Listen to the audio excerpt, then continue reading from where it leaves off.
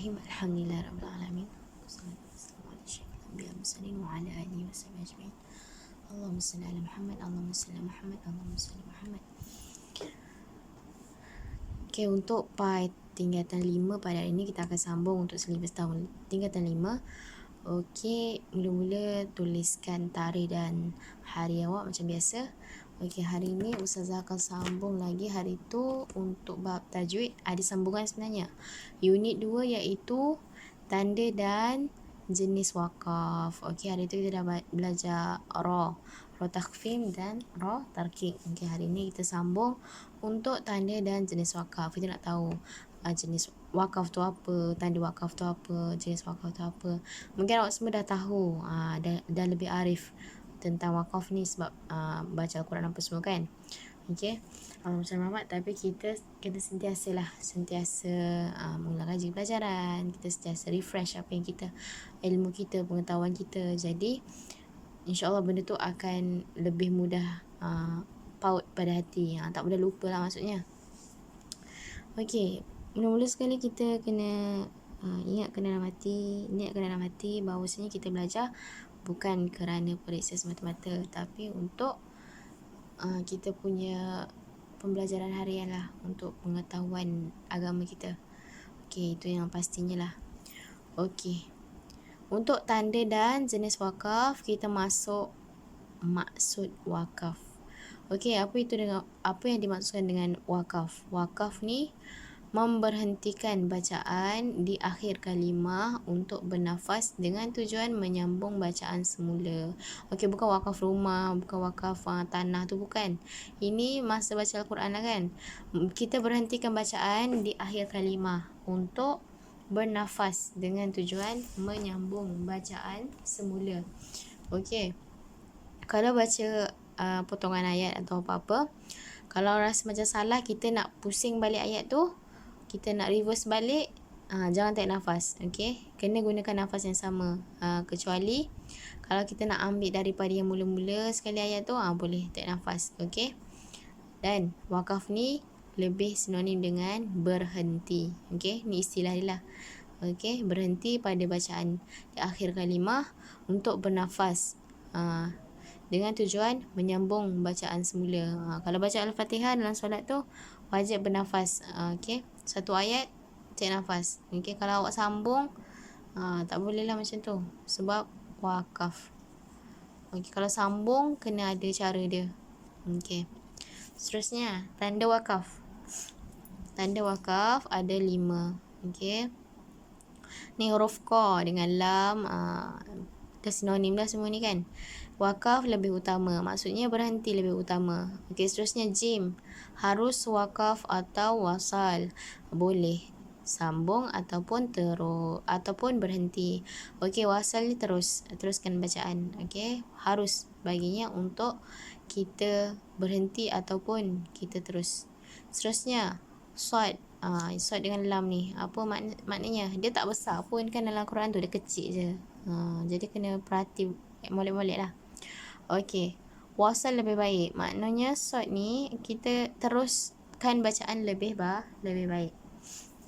Seterusnya mim, digalakkan berhenti. Okey, seterusnya ada 2 titik tiga, harus wakaf pada salah satu tempat. Boleh tempat yang pertama ataupun tempat yang kedua. Boleh berhenti. Okey, ada lagi satu lam kan. Lam tu tidak boleh berhenti. Kenapa dia tak masuk tentang tanda wakaf? Sebab dia tak boleh berhenti. Sebab tu dia tak termasuk. Okey, sebab kita bincangkan hari ni tentang wakaf, tentang berhenti. Okey, tanda wakaf. Okey, seterusnya jenis wakaf. Ada 4 jenis wakaf. Yang pertama, wakaf tam. Tam apa? Wakaf pada ayat yang bukan hitam. Ayat yang telah sempurna dan tidak ada kaitan dari segi lafaz dan makna selepasnya. Contohnya la ya'lamun. Contoh ayat tu dah sempurna, maka selepas itu wakaf tam lah.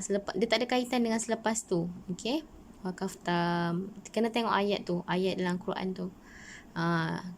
Makanya kita sentiasalah mengkaji, belajar tafsir. Okey, seterusnya wakaf kafi. Apa wakaf kafi ni? Wakaf yang telah sempurna. Dah ada dah yang bulat tu. Sempurna. Tetapi dia ada kaitan dengan makna selepasnya. Lepas tu lepas yang ada bulat tu, dia ada maknanya. Ada kaitan dengan maknanya. Bukan lafaznya, maknanya. Okey. Seterusnya, wakaf hasan. Okey. Wakaf yang telah sempurna tetapi mempunyai kaitan dengan makna dan lafaz dengan ayat selepasnya. Okey, kalau tadi tak ada kaitan, kemudian ada kaitan pada makna. Yang ini ada kaitan pada makna dan lafaznya. Namanya apa? Wakaf hasan. Okey, jelas. Okey, seterusnya, wakaf qabih. Wakaf yang mengubah makna sebenar dan tidak sempurna. Maka makna dan lafaz.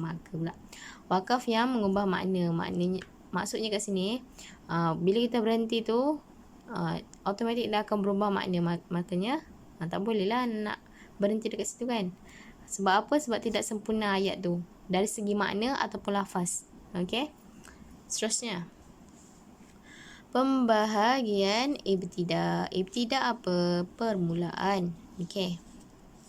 Mula. Ibtida tu mula. Okey. Pembahagiannya ada dua. Satu ibtida hasan, ibtida qabih. Kalau ni ada tam, kafi, hasan, qabih. Yang ni hasan dengan qabih je. Okey, hasan. Mulakan bacaan pada kalimah yang dapat difahami maknanya tidak bersalahan dengan maksudnya.